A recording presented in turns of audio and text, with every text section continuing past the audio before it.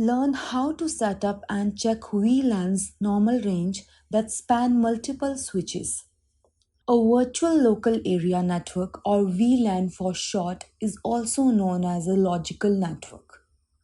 To divide network broadcast traffic, VLAN can logically create numerous virtual networks. Since VLANs are entirely based on logical connections, broadcasting traffic can be reduced and management tasks can be completed quickly. Because VLANs group devices that communicate frequently together, they can also improve the performance of the network as a whole. VLAN trunking protocol (VTP) offered by Cisco helps with synchronization and creation across numerous switches. It speeds up the process of configuring virtual LANs on multiple switches from a single switch. In VTP, there are three various modes. VTP Server Mode. Server mode is the default mode on Cisco switches. A switch in this mode can add, remove, and modify VLANs. Any such modification will spread throughout the network. VTP Transparent Mode. In a sense, VTP is disabled in transparent mode. Creation and deletion are possible on a switch that uses transparent molding, but changes won't be sent to other switches. VTP Client Mode. A switch in client mode cannot add, remove, or modify VLANs. It enables switches to obtain VLAN data from servers. It serves as a synchronization tool. The hostname can only have 63 characters, all of which must be letters, numbers, or hyphens. A letter or number must also appear at the start and end of the name. Access ports are used to transmit data on a single VLAN to which they have been assigned. There are also trunk ports which can carry traffic for every VLAN a switch can access. You can also use one of two VLAN ranges. Normal range 1 to 1001, VLAN 1002-1005 are reserved for token ring and FDI. Extended range 1006-409. We'll start with a sample VLAN configuration with two switches connecting to two AND devices. Repeat the configuration on both switches. Next, set up a trunk on the ports connecting the switches so they can communicate with one another. That's all there is to set up two devices so they can communicate over that VLAN. You need to execute a different command on both switches if you want to do this with a VLAN that is not in the range of 1-1005. For instance, if you want to use VLAN 3000, you'll also need to configure the allowed VLAN list on the trunk to allow traffic to flow. So on the interface with the trunk setup, issue the command switch port trunk allowed VLAN add 3000 config-if. There is also default VLAN until they are specifically placed in another VLAN. All access ports are assigned to this VLAN. This is VLAN 1 on Cisco switches. Security risks can exist when ports are left on the default VLAN. Ideally, you should not use VLAN 1 for traffic and instead place all unused access ports on a different VLAN. This is distinct from the native VLAN, which can be modified and stands in for the VLAN where all untagged traffic is automatically routed. Next, let's discuss how to configure and check inter-switch connectivity. Any switch that is added to the network will operate automatically under its default settings. You must configure and check inter-switch connectivity if your network has specific configurations like VLAN and VTP. Some iOS commands are available via the command line to configure and check inter-switch connectivity. Take a look at a switch's role in a network. A local area network's layer 2 switch enables the communication between two or more different devices. Switches in a network enable data transfer between endpoints. The gateway router receives data packets intended for use outside of the local area network. A switch is a networking tool that operates at the networking's data link layer. The data packets are received and sent between various end devices by a switch. To transfer data between various devices, we had to configure and validate inter-switch connectivity. Switch examine the header section of the received packet to verify IP addresses and MAC address of the destination before forwarding the packet appropriately. A switch can link computers together using Ethernet, fast Ethernet, and fiber optic ports. The MAC addresses of the devices connected to switch's various interfaces are stored in its operating software, which is how the switch operates. Always put the layer 2 switch after the gateway device. Typically, a router serves as the network's main gateway device for all data packets. A layer 2 switch functions as a bridge between the various computer network devices. Switches are used for everything from high-end configuration switching to the most basic data packet forwarding function. The most recent switches can create and use VLAN in a network. By implementing VLAN in switches, the broadcast domain can be broken. Each switch port establishes its own collision domain. The function of the access and trunk port to configure and test inter-switch connectivity. By default, access port mode is still active on all switch ports. Data transfer is provided by access ports to network devices that are connected. Devices with access port continue to be in the same broadcast domain.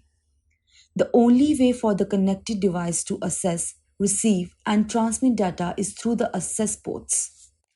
Trunk port enables data from various VLANs to be sent and received between various switches. Never did the endpoint devices connect to a switch's trunk ports. The trunk ports are used by the switches to connect to one another. For instance, trunk ports can connect two switches that need to be connected but have different VLANs. It makes sense to assign access ports and trunk ports. The command line interface can be used to change the mode of a switch port.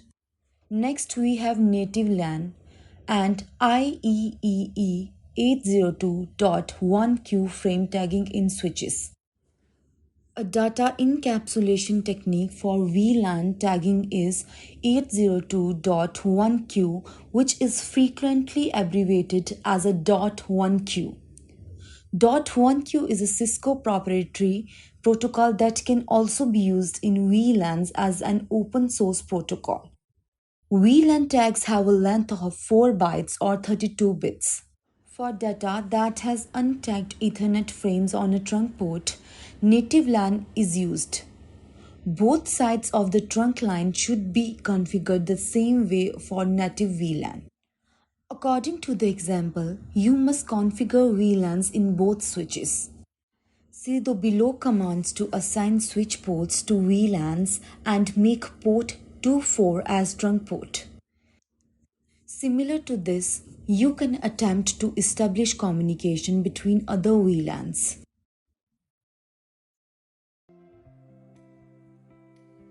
The Layer 2 Discovery Protocol's goal is to locate network routers and add them to routers routing table. For data flow, every network has a numerous switches and routers. To manage the network, one needs to be familiar with the networking devices map. For the network to operate more efficiently, networking devices should communicate with one another. All Cisco networking equipment run CDP, a Cisco Prosperity. All networking devices made by Cisco continue to have CDP enabled by default. Let's look at the Layer 2 Discovery Protocol CDP configuration and verification process as well as some standard CDP information. The Cisco Discovery Protocol (CDP) is a tool that enables network device discovery. With CDP's assistance, the network administrator can control the networking hardware. All Cisco routers and switches still have the CDP protocol enabled by default. All LAN and WAN media are supported by CDP. The network's multicast addresses received CTP packets at a fixed 60-second interval. The hardware platform, IP addresses, host name, duplex setting, and other information are included in the SNMP message for CDP. In the network, CDP locates networking devices and their configuration. Out of the gateway or WAN link, CDP determines the IP address of a router. When using a device other than a Cisco, the CDP is LLDP compatible. In a nutshell, we can say that CDN aids in gathering data on the hardware and protocols of the upcoming devices. These details can be applied to network maintenance and troubleshooting. CDP is assigned HDLC protocol type value 0x2000 to enable CDP to function on all SNAP compatible media, including frame relay, ATM, and LAN media. Cisco has developed a proprietary SNAP value that enumerates the HDLC protocol type values.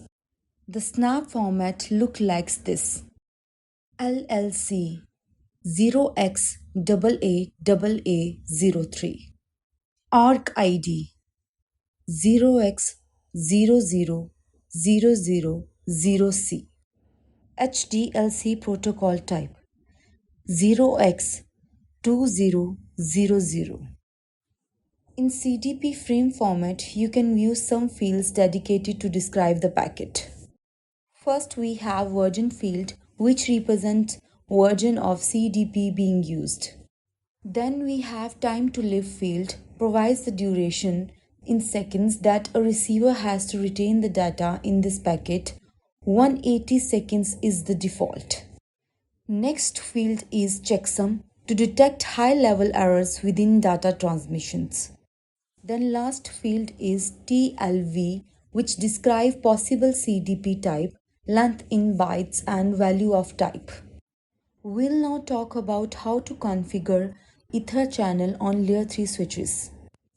When creating redundancy between core and distribution layers and putting a routing protocol in place, one use case for configuring Ether channel on layer 3 switches is: we can now have a single next hop IP address of a neighboring switch for each IP route learned rather than learning two IP routes with the same neighboring switch but two different next hops.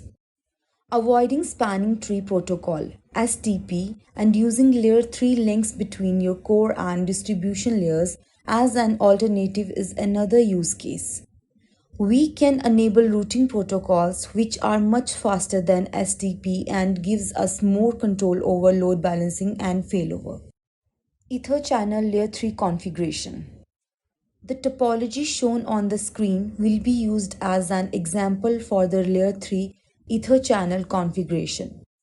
We will set up the two links connecting our two layer 3 switches, switch 1 and switch 2, as Ether channels. Switch 1 configuration can be done as, and switch 2 configuration can be done as. Using the provided commands, we can check to see if our layer 3 Ether channel configuration is operating as intended. Let's see if we can ping between point-to-point links. Pings from switch 1 to switch 2. Switch 1 hashtag ping 192.168.1.2. Type escape sequence to abort. Sending 500 byte ICMP echoes to 192.168.1.2. Timeout is 2 seconds. Success rate is 80% 4/5. Round trip minutes slash average slash max is equal to 2/3/5 ms. Pings from switch 2 to switch 1. Switch 2 hashtag ping 192.168.1.1. Type escape sequence to abort. Sending 500 byte ICMP echoes to 192.168.1.1. Timeout is 2 seconds. Success rate is 100%. 5/5. Round trip minutes slash average slash max is equal to 3/3/4 ms.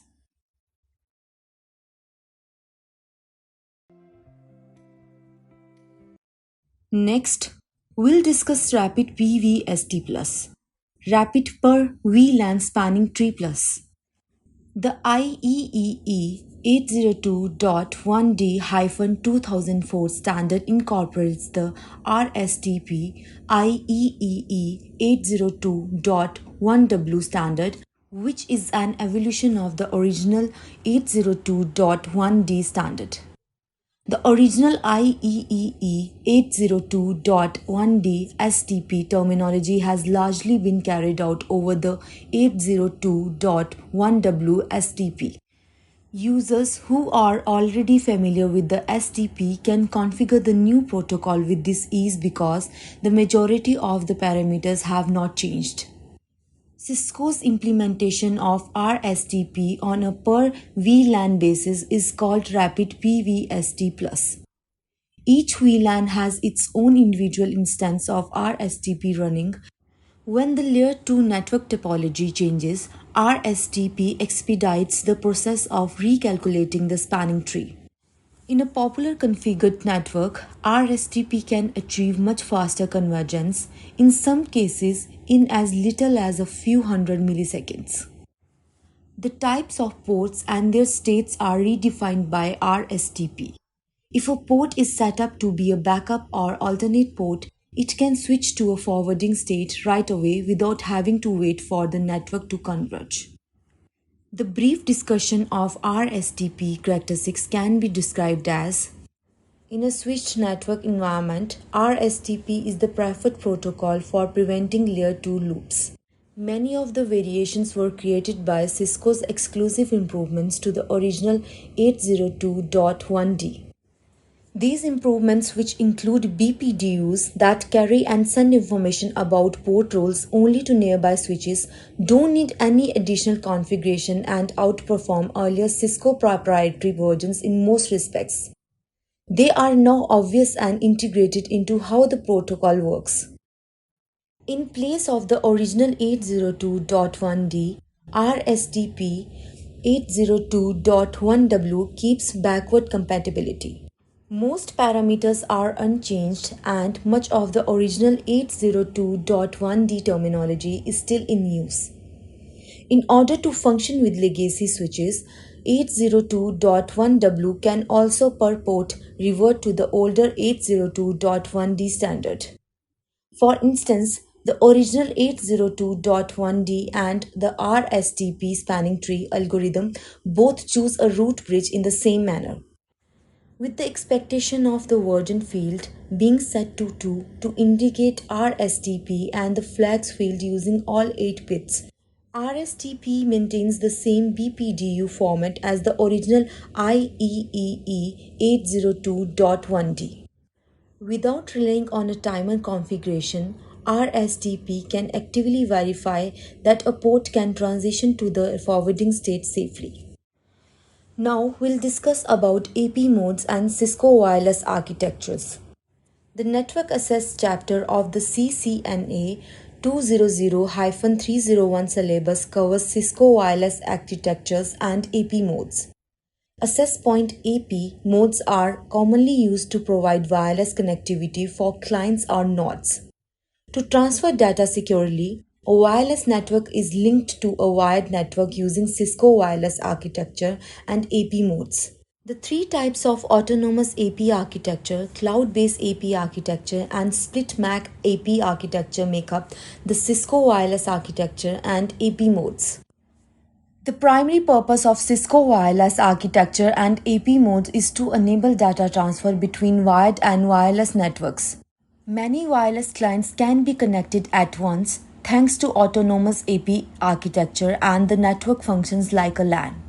The central access point that controls the entire wireless network and devices is provided by autonomous AP architecture.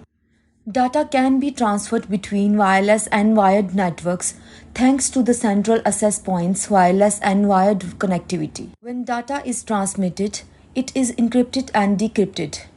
The core layer, distribution layer, and access layer comprise Cisco proprietary three-layer architecture. An upgraded version of the Cisco three-layer architecture is the Cisco wireless architecture and AP modes. Cisco wireless architecture's autonomous AP architecture and AP modes provide basic service sets, also known as BSSs. At the access layer of Cisco's three-layer hierarchical architecture, autonomous APs link wireless service set identifiers SSIDs with wired virtual LANs. When transmitting data between wireless and wired networks, an autonomous AP architecture of Cisco wireless architecture and AP modes chooses the easiest and shortest route. The wireless and wired networks are connected through the AP. Without passing data from a wired network, a device connected to an access point's wireless network can transfer data to another wirelessly connected device. Each autonomous AP has a fixed IP address that can be used for remote management and configuration. The primary configuration parameters include SSIDs, VLANs, channel, transmit power, etc. Each autonomous AP is required to communicate in order to exchange data and manage VLANs. Every AP's SSID and its VLAN must be extended at layer 2 in order for all VLANs to communicate with the wired network.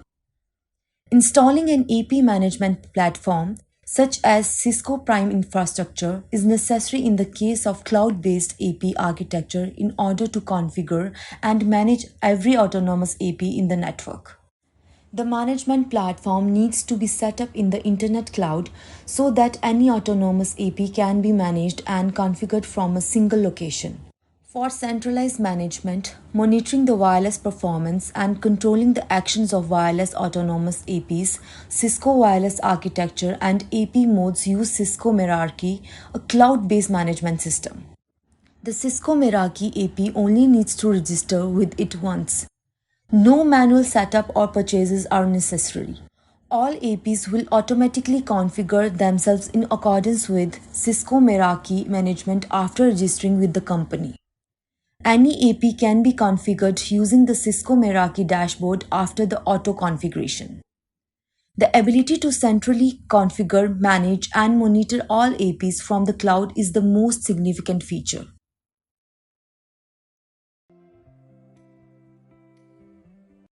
Let us proceed to the next topic, physical infrastructure connections of WLAN components.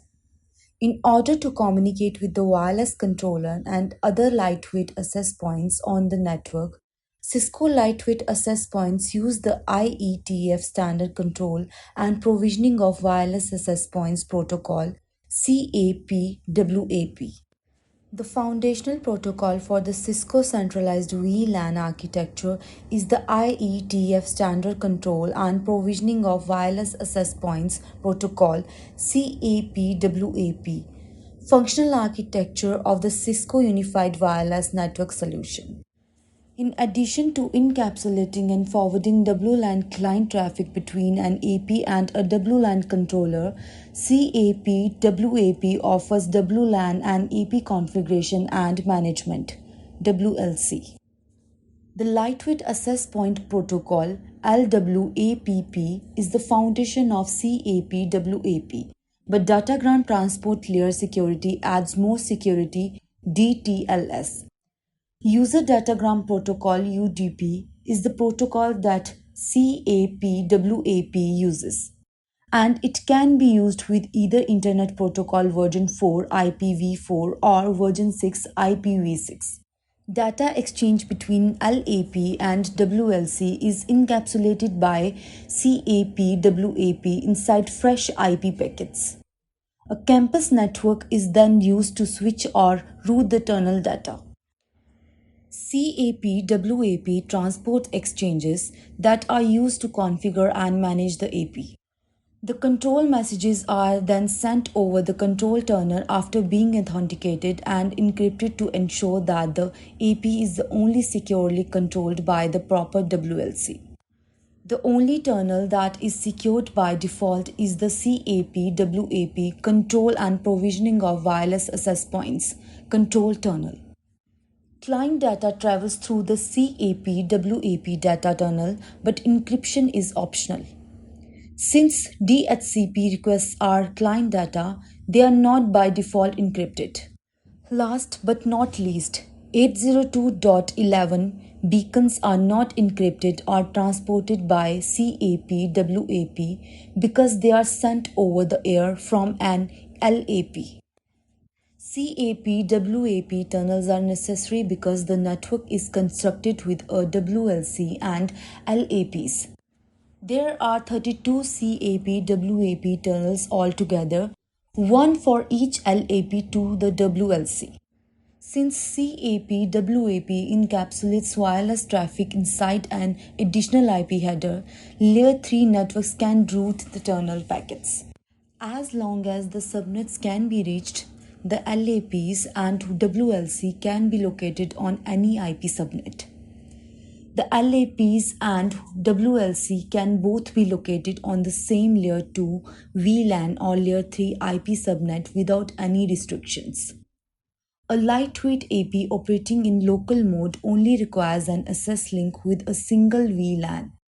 All other data is sent to a WLC via the CAP/WAP tunnel. Wireless controller ports. There are physical connections to the switch network infrastructure. The physical ports of the device are called controller ports.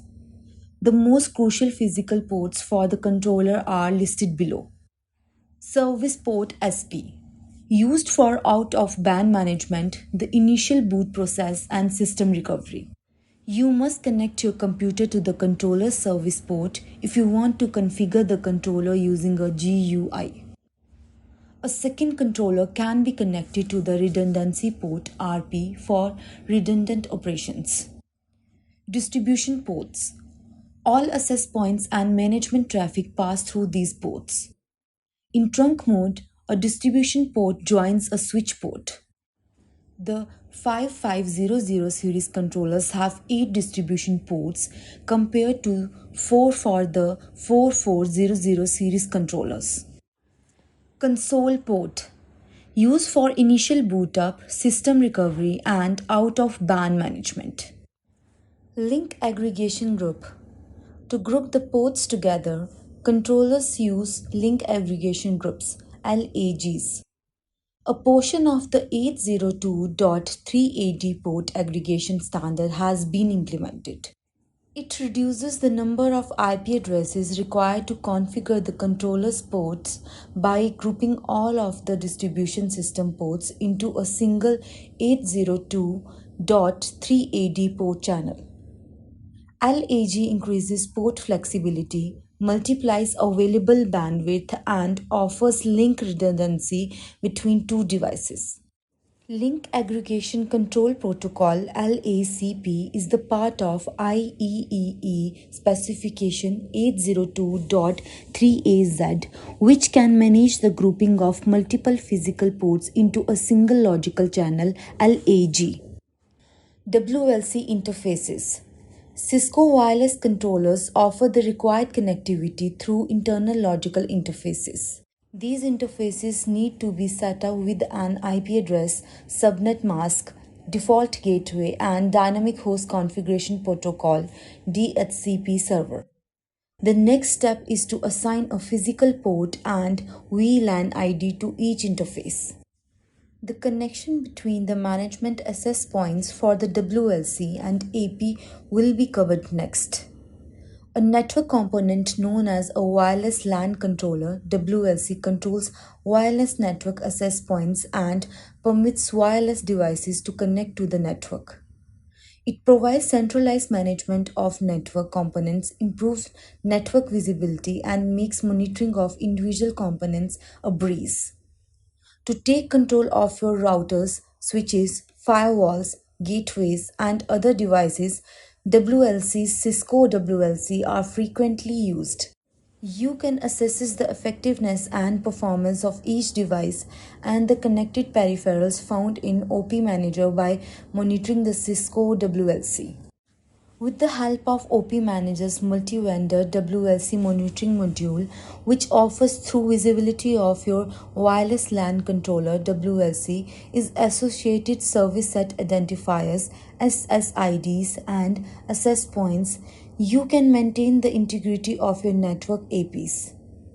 With the aid of Cisco WLC Monitor, you can directly discover Cisco WLC and the SSIDs and APs that are associated with them. You can also use this tool to directly discover Cisco WLC and to monitor their associated SSIDs and APs. Information on the inventory, the device's availability status, and other related topics are available on WLC snapshot page. The top talkers in your WLC environment can be identified by looking at the top 5 access points based on usage, and custom dials show data on a variety of parameters including CPU and memory usage. Expanding the number of APs in your network is a simple way to extend wireless coverage of your business. The monitoring of all access points in your network can be made easier with a WLC monitoring tool. Upon configuration, OP Manager automatically recognizes the APs connected to the discovered WLC and displays a list of them under the Specific Access Points tab. By finding them in OP Manager, you can enable advanced access point monitoring as well. The user will have complete control over the discovered access points, and it will be monitored for availability and performance in OP Manager just like any other device. An unwatched network poses a serious risk to a business. It makes it simpler for malicious individuals, hackers, and authorized users to access the network. All of the SSIDs and ROG SSIDs, hotspots, and ad hoc in your network are categorized by the Cisco WLC Monitor tool in OP Manager and are listed under the respective SSID and ROG SSIDs tabs. These malicious SSIDs can be found in OP Manager and tracked separately if necessary. You can see how many employee devices are connected to your network in the Clients tab and make the most of your network bandwidth. This aids in capacity planning and network usage analysis. Utilizing Discovery clients, you can also monitor the current client count and network activity.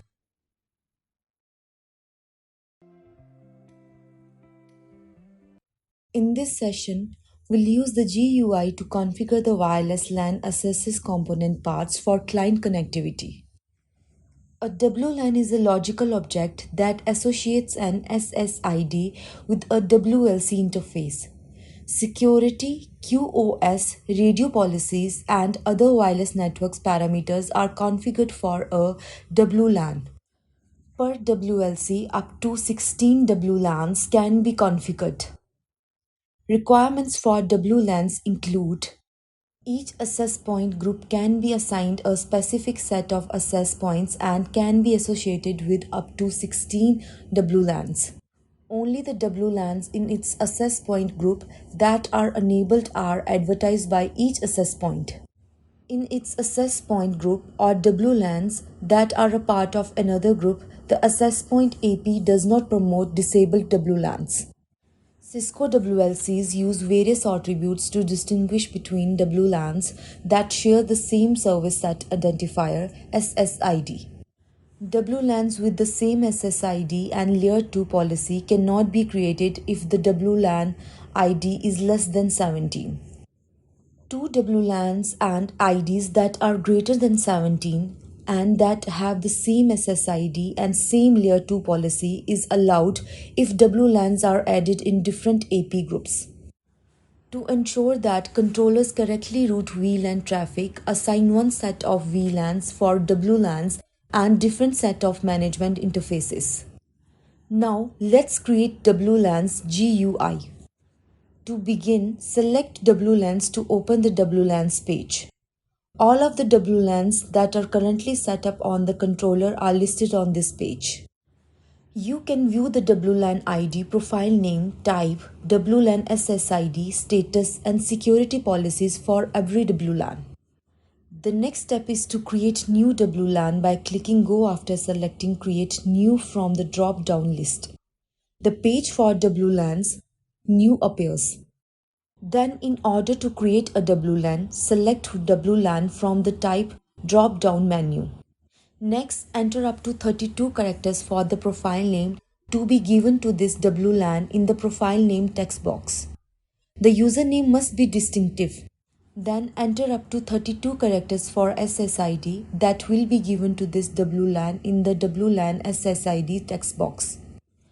Next, select the WLAN ID for this network from the drop-down list.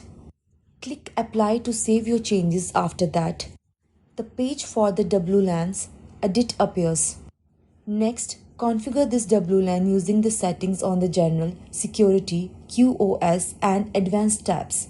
To enable this WLAN, check the status box on the General tab. Click Apply to save your changes after that. To save your changes, click Save Configuration next.